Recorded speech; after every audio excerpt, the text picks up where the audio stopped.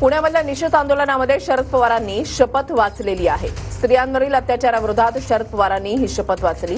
स्त्रियांवर होणारे अत्याचार आम्ही खपवून घेणार नाही, शरद पवारांनी वाचलेल्या शपथेमध्ये असा उल्लेख होता। मुलगा आणि मुलगी असा भेदभाव करणार नाही असा उल्लेखही शपथेमध्ये करण्यात आला।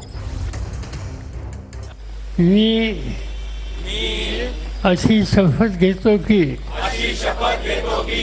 मी स्त्रियांवर होणारा हिंसाचार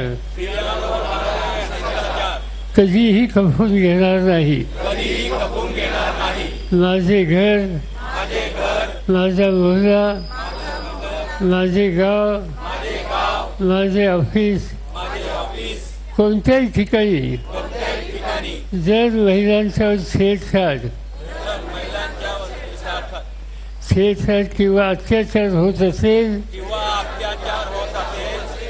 तर त्यास मी विरोध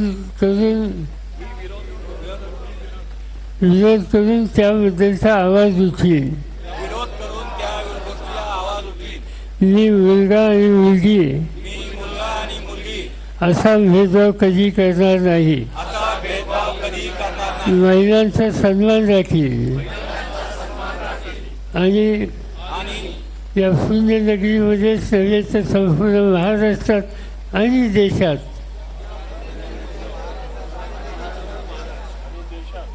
महिलांसाठी अधिक सुरक्षित आणि भयमुक्त स्थिती बनवण्यासाठी प्रयत्न करेल। जय हिंद।